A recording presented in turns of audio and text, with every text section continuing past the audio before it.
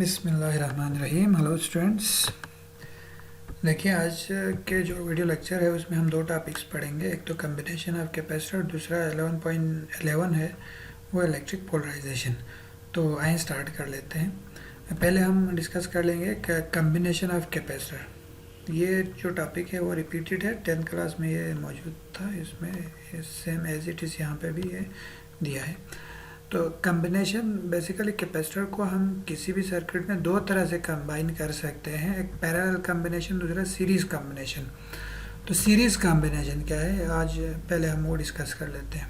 Series combination एक ऐसा combination है जिसमें कैपेसिटर के हर कैपेसिटर को एक दूसरे के साथ ऐसे एंड बाय एंड कनेक्ट किए जाते हैं और लास्ट कैपेसिटर को ऐसे बैटरी के साथ कनेक्ट कर दिए जाते हैं। तो एंड बाय एंड जो आपके पास कैपेसिटर की कम्बिनेशन है, ऐसे कम्बिनेशन को सीरीज कम्बिनेशन कहते हैं। तो in series combination capacitor are connected in by in. ठीक है जी, ये डिफाइन है क्या इसका। तो यहाँ से आपको नज़र भी आ रहा है कैपेसिटर एक का कैपेसिटर C1, C2, C3 जो है वो सीरीज़ में बैटरी के साथ कनेक्टेड है, जिसका वोल्टेज V है। ठीक है, फिर हम इसका कैपेसिटेंस फाइंड करेंगे, इक्विवेलेंट कैपेसिटेंस यानी टोटल कैपेसिटेंस कितना होगा। अगर एक का C1 है, दूसरे का C2 और C3 है, तो टोटल कैपेसिटेंस जो C इक्विवेलेंट जिसे बोलते हैं वो क्या होंगे वो डिस्कस कर लेते हैं। ठीक है, तो बारी इसके लिए कुछ कैरेक्टरिस्टिक्स हम डिस्कस करते हैं। कैरेक्टरिस्टिक्स के बाद आपको क्लियर हो जाएंगे कि इसमें इक्विवेलेंट जो कैपेसिटेंस है वो क्या आएंगे। तो सीरीज कॉम्बिनेशन में जो चार्ज का वैल्यू होता है, क्योंकि इसमें एक ही रास्ता है तो चार्ज हमेशा सेम रहता है। मान लो ये जो बैटरी है उसका जो चार्ज है, इसकी वजह से जो चार्ज क्यू है, तो ये जो चार्ज क्यू है वो सब में इक्वली डिस्ट्रीब्यूट हो जाएगा। यानी क्यू चार्ज मान लेते हैं, इधर से चार्ज क्यू इधर से आया था तो वो चार्ज क्यू इधर पहुंच जाएगा। ठीक है, यहाँ पर ये जो Q1 है वो भी Q के ही बराबर होगा। यहाँ पर भी चार्ज जो Q2 अगर आप इसको मान लो तो ये भी Q के ही बराबर होगा। और ये जो इसको मान लेते हैं Q3 है, तो तमाम चार्जेस जो है आपस में इक्वल है, क्योंकि इसके लिए एक ही रास्ता है। जितना भी चार्ज यहाँ से आएगा वो इधर से इस तक पहुँचेगा, इधर से इतना ही वो यहाँ पर इंड्यूस करेगा, इक्वल अमाउंट में चार्ज इंड्यूस करेगा। तो in series combination each capacitor gets equal amount of charge. ठीक है जी, इसको अगर आप मैथमेटिकल फॉर्म में लिखना चाहे तो कुछ इस तरह से होगा, I is equal that is Q1 is equal to Q2 और Q3 सब जो है Q के बराबर है। ठीक है, फिर पोटेंशियल की बात कर लेते हैं। मान लेते हैं इसका बैटरी का पोटेंशियल V है, तो ये जो पोटेंशियल है वो इक्वली डिस्ट्रीब्यूट होगा इन सब में। यानी V1 इसके अक्रॉस ड्रॉप हो जाएगा, फिर जो पोटेंशियल बच गया इसमें, फिर इसमें, तो पोटेंशियल जो है वो इक्वल नहीं रहेगा। हर कैपेसिटर के कैपेसिटेंस के मुताबिक जो वोल्टेज है वो डिफरेंट होगा।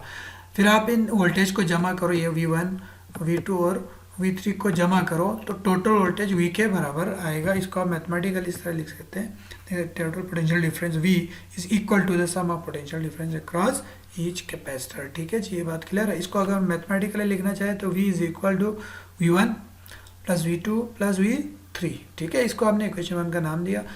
टोटल वोल्टेज जो है इन सब के वोल्टेज के सम के बराबर है। अब हम क्या करेंगे, इक्विवेलेंट कैपेसिटेंस के लिए हम V1, V2 और V3 का वैल्यू निकालेंगे। कहाँ से, कैपेसिटर इक्वेशन से, वो Q is equal to CV से वहाँ से इक्वेशन निकालेंगे। हमें पता है कि जो इक्वेशन है वो है Q इज इक्वल टू वो था C इंटू V। ठीक है, Q is equal to C into V एक फार्मूला था, उस फार्मूले से हमने क्या निकाला, जो V के लिए C आप इधर आके डिवाइड करो तो Q1 के लिए C का वैल्यू जो है वो V1 आ जाएगा।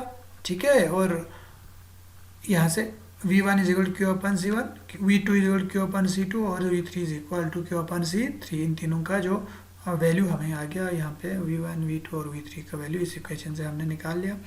यहाँ पे Q जो है Q1, Q2, Q3 नहीं रखा, Q ही रखा है, क्योंकि तमाम Q जो है 1, Q2 सब Q के ही बराबर है। ठीक है, यहाँ से वैल्यूज आप पुट करो इक्वेशन नंबर 1 में। Putting this values in equation 1 में पुट करने से Q जो V1 की जगह पर आपके पास Q अपन C1। ठीक है, ये इक्वेशन आ। यहाँ से हम Q क्या करेंगे, कॉमन निकालेंगे। Q कॉमन निकालेंगे तो अंदर जो है ना वो बच गया, यहाँ से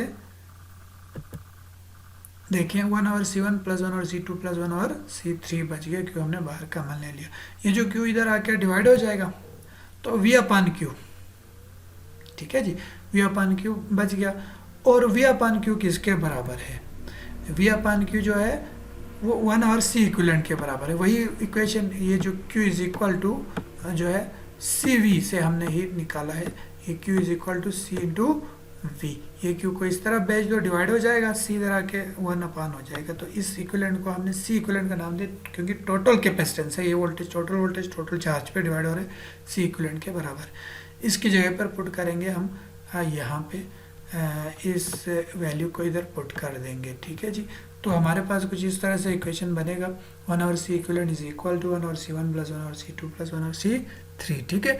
ये इक्विवेलेंट कैपेसिटेंस है सीरीज कॉम्बिनेशन में। और इसमें लास्ट में ये रिजल्ट लाजमी लिखना है। अगर आप इसको वैल्यू देखें तो 1 पे ये डिवाइड हो रहे हैं, तो टोटल जो वैल्यू आएगा वो स्मॉलर रहेगा इस स्मॉलेस्ट कैपेसिटेंस से भी। मान लेते हैं कि कोई कैपेसिटेंस है वो 1 था, दूसरे का 2 है, एक का कैपेसिटेंस 3 है, तो जो C इक्विवेलेंट आएगा वो इस स्मॉलेस्ट 1 से भी छोटा आएगा, ठीक है। सीरीज कॉम्बिनेशन में जो इक्विवेलेंट कैपेसिटेंस है वो हर एक कैपेसिटर से क्या आएंगे जी, लेस आएगा, ठीक है। अगला आप पढ़ते हैं पैरेलल कॉम्बिनेशन। पैरेलल कॉम्बिनेशन में तमाम कैपेसिटर बैटरी के साथ क्या है जी, डायरेक्ट कनेक्टेड है। हर कैपेसिटर का एक प्लेट बैटरी के पॉजिटिव टर्मिनल के साथ कनेक्ट है, हर कैपेसिटर का दूसरा प्लेट बैटरी के नेगेटिव टर्मिनल के साथ कनेक्ट है। तो ऐसे कनेक्शन को आप क्या बोलते हैं, पैरेलल कॉम्बिनेशन। तो in parallel combination one plate of each capacitor is connected with the positive terminal of the battery and other plate is connected with the negative terminal of the battery। ये आपके पास series parallel combination, ठीक है जी। अगर आप इसके characteristic देखें तो सबसे पहले हम चार्ज की बात करेंगे। पहले हमने ये देखा था, इसमें पोटेंशियल देखें। मान लेते बैटरी का पोटेंशियल V है, तो ये जो V है वो तमाम बैटरी है, तमाम कैपेसिटेंस है उस पर इक्वली डिस्ट्रीब्यूट होगा। यहाँ पे मान लेते हैं V1 है, इसका कैपेसिटेंस, इसका जो वोल्टेज है V2 है, इसका V3 है, तो तमाम वोल्टेज किसके बराबर होंगे, इक्वल होंगे, जो कि बैटरी के वोल्टेज V के बराबर ही रहेगा, क्योंकि जितना वोल्टेज इसको मिलेगा इसको भी उतना ही वोल्टेज मिलेगा, क्योंकि तमाम जो कैपेसिटर है बैटरी के साथ डायरेक्ट कनेक्टेड है। इसको अगर आप इक्वेशन में लिखना चाहें तो V = V1 = V2 = V3, ये तीनों आपस में इक्वल है वोल्टेज से पैरेलल कॉम्बिनेशन में। चार्ज की बात कर लेते हैं। चार्ज जो है वो इस केस में डिफरेंट होगा, क्योंकि यहाँ पे जो आने वाले चार्ज है वो डिपेंड करेगा इसकी कैपेसिटेंस पे। मान लेते हैं यहाँ से जो चार्ज इस तरफ आ रहा था तो वो इसकी कैपेसिटेंस पे डिपेंड करते हुए इक्वली डिस्ट्रीब्यूट हो जाएगा। मान लेते हैं इसका कैपेसिटेंस ज़्यादा है तो ज़्यादा चार्ज इधर से फ्लो कर जाएगा और इस पे कम चार्ज आएगा। तो चार्ज का वैल्यू डिपेंड करेगा कैपेसिटेंस पे। और इस केस में चार्ज जो है, बैटरी का चार्ज Q है, इसका जो चार्ज Q1, Q2, Q3, इन तीनों का जो सम है, इन तीनों का सम वो Q के बराबर होगा। इसको आप मैथमेटिकली इस तरह लिख सकते हैं, total charge Q is equal to the sum of charges across each capacitance. इसको mathematically Q is equal to है, ठीक है जी। यहाँ से जो Q1, Q2 और Q3 का वैल्यू हम निकालेंगे कहाँ से, कैपेसिटर इक्वेशन से। कैपेसिटर इक्वेशन क्या था, Q is equal to CV। यहाँ से वैल्यू निकालेंगे, Q1 का वैल्यू आएगा C1 into V, Q2 is C2 into V और Q3 is C3 into V आएगा, क्योंकि वोल्टेज सब पे बराबर है, हमने एज इट इज रखा है। इनकी वैल्यूज़ को आप इक्वेशन 1 में पुट करो तो कुछ इस तरह से आएगा। तो यहाँ से आप क्या करेंगे जी, तमाम में V सेम है, कॉमन निकालो बाहर, और ये वोल्टेज इसके साथ डिवाइड मल्टीप्लाई हो रहा है, इस साइड पे आके डिवाइड हो जाएगा। ये जो Q/V, यहाँ से Q/V का वैल्यू निकाल सकते हैं आप। Q divide by V is equal to क्या होगा, C होगा। और इस केस में इस C का नाम हमने C इक्विवेलेंट रखा है, क्योंकि total charge one total voltage है। तो C इक्विवेलेंट का वैल्यू आएगा C1 + C2 + C3 parallel combination में ये आएगा। यहाँ से आपको नज़र आ रहा है ये तमाम जो कैपेसिटेंस है वो सम होके इक्विवेलेंट कैपेसिटेंस आपको मिल रहा है। इसका मतलब जो सी इक्विवेलेंट है वो इनके कैपेसिटेंस से ज़्यादा होंगे। तो in parallel combination equivalent capacitance of a parallel combination is always greater than the individual capacitance. अच्छा जी, अगला हमारा टॉपिक है 11.11 इलेक्ट्रिक पोलराइजेशन। डिफाइन करने से पहले आप इस फिगर को ज़रा समझें, फिर हम इसके डेफिनेशन पे आ जाते हैं। हमारे पास जो एटम होते हैं वो बेसिकली इलेक्ट्रॉन और प्रोटॉन से मिलके बने होते हैं। न्यूट्रॉन जो है क्योंकि न्यूट्रल चार्ज होते हैं, तो सेंटर पार्ट इसका जो है वो पॉजिटिव चार्ज होते हैं, इलेक्ट्रॉन उसके इर्द जो है रिवॉल्व कर रहा होता है। अगर आप इसी एटम को किसी फील्ड में रखो, इलेक्ट्रिक फील्ड मान लेते हैं, यहाँ पे इलेक्ट्रिक फील्ड का डायरेक्शन हमें इस साइड पे इस डायरेक्शन में शो किया हुआ है। तो किसी भी चार्ज को अगर आप एटम को फील्ड में रखो तो पॉजिटिव जो प्लेट है बैटरी का वो नेगेटिव चार्ज को अपनी तरफ अट्रैक्ट कर लेते हैं, जबकि नेगेटिव जो प्लेट जो चार्ज है वो अपोजिट डायरेक्शन में इसको अट्रैक्ट कर लेते हैं। तो कुछ इस तरह से एटम बन जाएगा, एलांगेट हो जाएगा एटम थोड़ा सा। तो सर्कुलर फॉर्म में शुरू में था, इसको एलांगेट हुआ क्योंकि पॉजिटिव साइड इसका एक साइड पे आ गया, नेगेटिव साइड जो आपके पास चार्ज एक साइड पे आने की वजह से ये दो पोल्स में ये आप डिवाइड हुआ है। तो इसको बोलते हैं पोलराइज्ड। तो अब ये मॉलिक्यूल जो है वो क्या हुआ, ये पोलराइज। तो शुरू में ये नॉन पोलर था, उसको हमने क्या बनाया, ये पोलर बनाया। तो इसी कन्वर्जन को बोलते हैं पोलराइजेशन। वो फिनोमिना जिसमें नॉन पोलर डाइलेक्ट्रिक को पोलर डाइलेक्ट्रिक में हम कन्वर्ट कर देते हैं इलेक्ट्रिक फील्ड की मदद से। ठीक है जी, तो किसी भी पोलर मॉलिक्यूल को इलेक्ट्रिक फील्ड में रखो और नॉन पोलर मॉलिक्यूल्स को, तो वो पोलर जो है डाइलेक्ट्रिक बन जाते हैं। इस प्रोसेस का नाम इलेक्ट्रिक पोलराइजेशन है। और जो डाइलेक्ट्रिक जो है उसको हम पोलराइज्ड बोलते हैं। आप इस केस में ये पोलराइज्ड हुआ है क्योंकि इसका अपोजिट पोल्स बना है। और जो चार्ज है इस पे जो शुरू में न्यूट्रल था, अब ये अपोजिट चार्जेस आए दोनों साइड पे, तो ऐसे चार्ज को इंड्यूस चार्ज बोलते हैं क्योंकि चार्ज को हमने इसमें इंड्यूस कर दिया है। बेसिकली ये पॉजिटिव और नेगेटिव का कॉम्बिनेशन है, लेकिन हमने इसको फील्ड में रखकर इसको इंड्यूस किया है। तो चार्ज को इस केस में हम इंड्यूस चार्ज बोलते हैं। ठीक है जी, तो इसमें हमने एक एटम की बात की थी। एक एटम अगर आप इसमें कोई डाइलेक्ट्रिक दो प्लेट्स के दरमियान इंसर्ट कर दो, दो कैपेसिटर के प्लेट्स के बीच में अगर एक डाइलेक्ट्रिक इंसर्ट कर दो, तो हर एटम इस तरह से पोल्स बनेगा। तो इस केस में पॉजिटिव एक साइड पे पूरा ये साइड पूरा पॉजिटिव बन जाएगा, दूसरा साइड पूरा नेगेटिव बन जाएगा। एक तो ऑलरेडी ही ये पॉजिटिव प्लेट था जिसकी वजह से इलेक्ट्रिक फील्ड का डायरेक्शन ऐसे था पॉजिटिव से नेगेटिव की तरफ। ये एक्सटर्नल जो इलेक्ट्रिक फील्ड है जो बैटरी की वजह से है। दूसरा इसके इंटरनल एक इलेक्ट्रिक फील्ड आएगा जो कि पॉजिटिव से नेगेटिव की तरफ। ये फील्ड राइट वर्ड है, लेफ्ट वर्ड में एक इंड्यूस इलेक्ट्रिक फील्ड आएगा। तो दो इलेक्ट्रिक फील्ड आ गया, एक तो एक्सटर्नल, दूसरा एक इंड्यूस इलेक्ट्रिक फील्ड। अब ये दोनों एक दूसरे के इफेक्ट को कैंसिल करेगा, जिसकी वजह से ओवरऑल जो इलेक्ट्रिक फील्ड आएगा वो डिक्रीज होगा। अगर आप ओवरऑल इलेक्ट्रिक फील्ड को ई डैश से रिप्रेजेंट कर दो, तो हमारे पास ई एक्सटर्नल से जो है ई एक्सटर्नल माइनस ई इंड्यूस, जो इंड्यूस हुआ था इलेक्ट्रिक फील्ड जो पोलराइजेशन की वजह से, वो माइनस होकर आएगा। ओवरऑल इलेक्ट्रिक फील्ड क्या कर जाएगा, डिक्रीज कर जाएगा।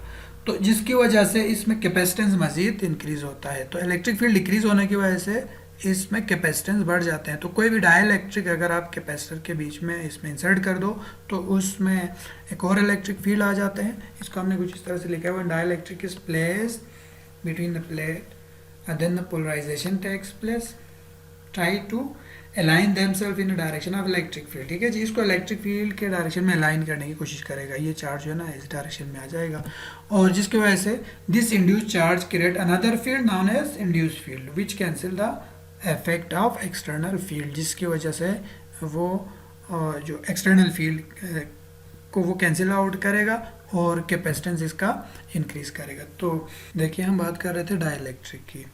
ठीक है जी, जो इंसुलेटर हम दो प्लेट के दरमियान हमने इंसर्ट किया था उस इंसुलेटर का नाम डाइलेक्ट्रिक था। तो what is mean by dielectric? Dielectric एक ऐसा इंसुलेटर है जो कि इलेक्ट्रिक इफेक्ट को तो पास करने देता है लेकिन चार्ज को पास करने नहीं देता।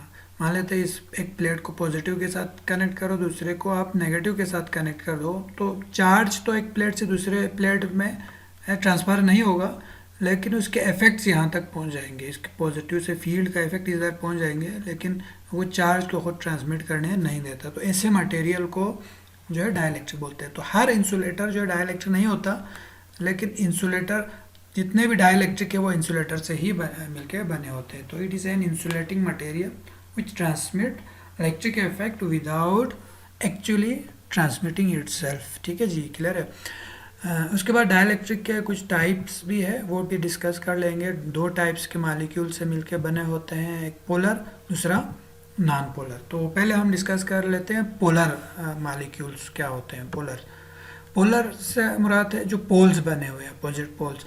यहाँ पे जो पोलर मालिक्यूल्स है, एटम आपको पता है एक पॉजिटिव और नेगेटिव चार्ज से मिलके बने होते हैं। ये जो पॉजिटिव और नेगेटिव चार्ज के दरमियान अगर कुछ ना कुछ डिस्टेंस हो तो ऐसे मालिक्यूल्स को बोलते हैं पोलर मालिक्यूल्स। इसका जो बेस्ट एग्जांपल है सोडियम क्लोराइड। इसमें सोडियम पे पॉजिटिव, इस पे नेगेटिव होते हैं और ये अच्छा खासा एक दूसरे के डिस्टेंस पे होते हैं। डिफाइन कुछ इस तरह से कर लेते हैं, the molecule in which the centre of positive and negative charge does not coincide. ठीक है, तो यहाँ पे ये जो जितने मालिक्यूल्स है वो पोलर मालिक्यूल्स है। नॉन पोलर मालिक्यूल्स क्या है? The molecules in which the centre of positive and negative charge coincide, जो आपस में मिले होते हैं, पॉजिटिव चार्ज और नेगेटिव चार्ज दोनों एक ही पॉइंट पर होता है, उनके दरमियान कोई डिस्टेंस नहीं होता, ऐसे मालिक्यूल्स को बोलते हैं जी नॉन पोलर। इसमें कार्बन डाइऑक्साइड की बात करते हैं तो ये भी आपके पास जो है नॉन पोलर होते हैं। इसमें कार्बन सेंटर में होते हैं, दो ऑक्सीजन इधर लगे होते हैं, तो ओवरऑल इसमें दोनों चार्ज जो है सेंटर में आ जाते हैं। तो ऐसे मालिक्यूल्स को बोलते हैं क्या जी? Non polar molecules. अब हम कैपेसिटर में बेसिकली नॉन पोलर मालिक्यूल इस्तेमाल कर लेते हैं। नॉन पोलर इस्तेमाल करने की वजह से ये पोल्स, अपोजिट पोल ऐसे बन जाएगा। अगर आपने पोलर इस्तेमाल किया तो वो अपने आप को अलाइन कर देगा, जो है वो फील्ड के डायरेक्शन में, किसी भी डायरेक्शन में पहले हो सकता है, फिर वो फील्ड के डायरेक्शन में ऐसे अलाइन कर देगा। अब लास्ट में एक शॉर्ट सा डेफिनेशन गिवन है, वो है dipole. What is mean by dipole? तो ऐसा मालिक्यूल जो एक दूसरे से कुछ ना कुछ डिस्टेंस पर मौजूद हो, तो ऐसे मालिक्यूल्स को डाइपोल बोलते हैं। System in which two charge of equal magnitude but opposite sign separated by distance d are called as dipole. ठीक है जी। और ये जो चार्ज है इसका मान लेते हैं चार्ज का मैग्नीट्यूड q है और डिस्टेंस d है उनके दरमियान, q और उसके दरमियान डिस्टेंस d है। ये जो पॉजिटिव और नेगेटिव के दरमियान अगर डिस्टेंस d है, d डिस्टेंस पे वो रखे हुए, तो इनमें जो कोई भी चार्ज को d के साथ आप मल्टीप्लाई करो तो वो जो आपके पास प्रोडक्ट मिलता है, उस प्रोडक्ट को हम बोलते हैं